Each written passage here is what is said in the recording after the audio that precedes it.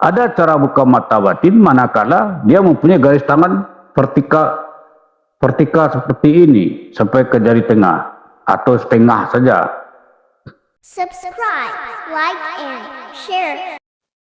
Bismillahirrahmanirrahim. Assalamualaikum warahmatullahi wabarakatuh.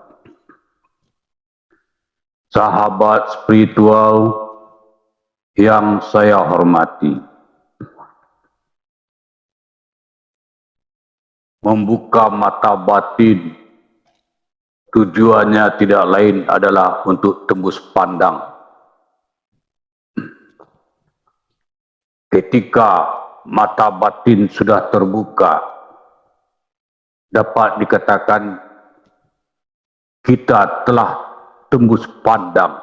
Tembus pandang artinya kita dapat melihat alam gaib, melihat makhluk gaib, melihat makhluk gaib yang dekat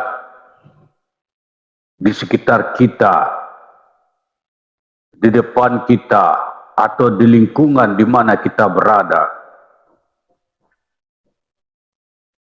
Atau dapat juga kita melihat makhluk gaib yang jauh, bisa melampaui 2 pulau.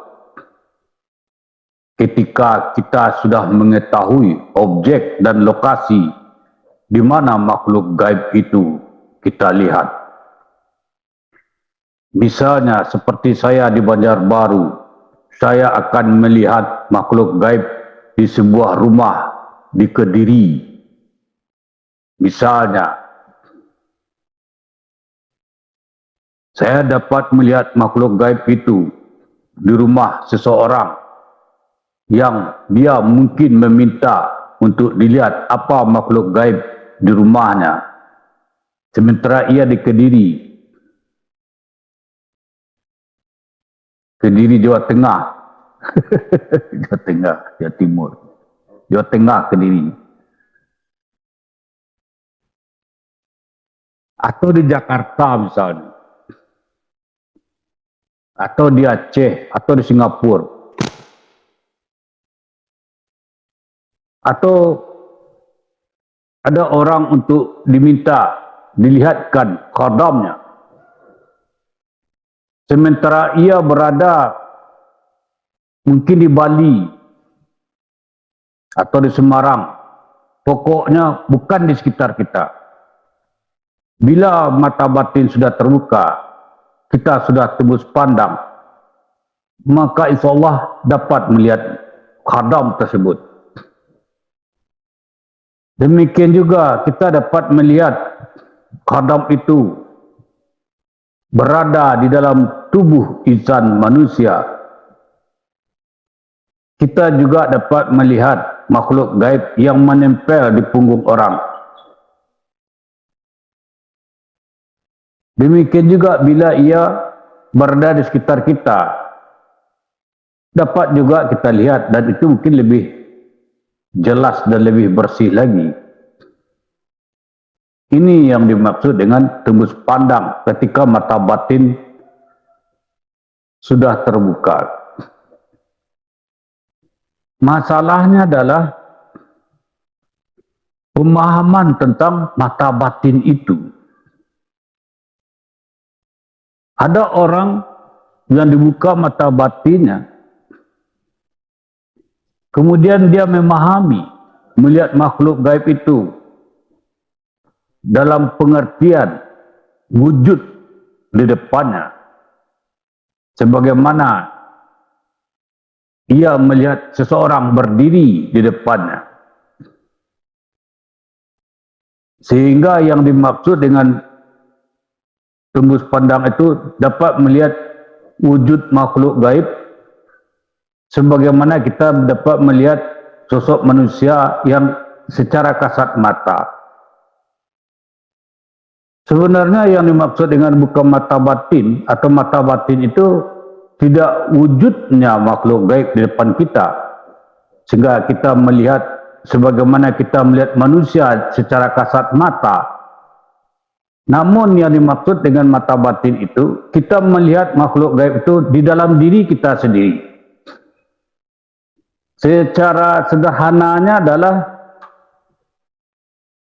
seperti kita menghayalkan suatu objek. Kita menghayalkan anak kita ketika dia berada di suatu tempat, atau kita menghayalkan seseorang, atau rumah, atau tempat. Khayalan itu kan nampak di dalam diri kita, di dalam batin kita. Tembus pandang demikian pula, ketika buka mata batin, dia melihat makhluk itu di dalam dirinya. Sehingga ada orang melihat objek itu, makhluk gaib itu, dia sambil menutup matanya. Namun ada juga orang melihat makhluk gaib itu sambil buka mata. Jadi ketika orang terus pandang atau melihat sesuatu, dia tidak seperti melihat objek secara kasat mata. Misalnya di depannya ada makhluk gaib, lalu dilihatnya sebagaimana dia melihat manusia berdiri di depannya. Tidak demikian. Dia melihat makhluk gaib itu yang ada di depannya atau di sampingnya sambil dia menekur. Dia lihat ke dalam dirinya objek atau makhluk gaib yang ada di depannya itu. Jadi bukan melihat seperti ini, bukan demikian. Oleh karena itu, pemahaman tentang mata batin itu harus perlu diketahui terlebih dahulu. Sehingga ketika dibuka mata batinnya, maka ia sudah paham dia. Ia dimaksud dengan mata batin itu apa? Dan cara melihatnya seperti apa, sehingga tidak salah kaprah. Ada sementara orang yang dibuka mata batin itu, ia membayangkan, memahami, atau istilah saya, konsep mata batin itu adalah seperti melihat wujud manusia, sehingga kita melihat orang itu, manusia itu dengan secara mata, kasat mata gitu. Tidak demikian. Itu satu. Yang kedua, bukan mata batin itu, saudara. Yang mata batin itu kita melihatnya dengan rasa. Kita rasakan objek itu terlebih dahulu.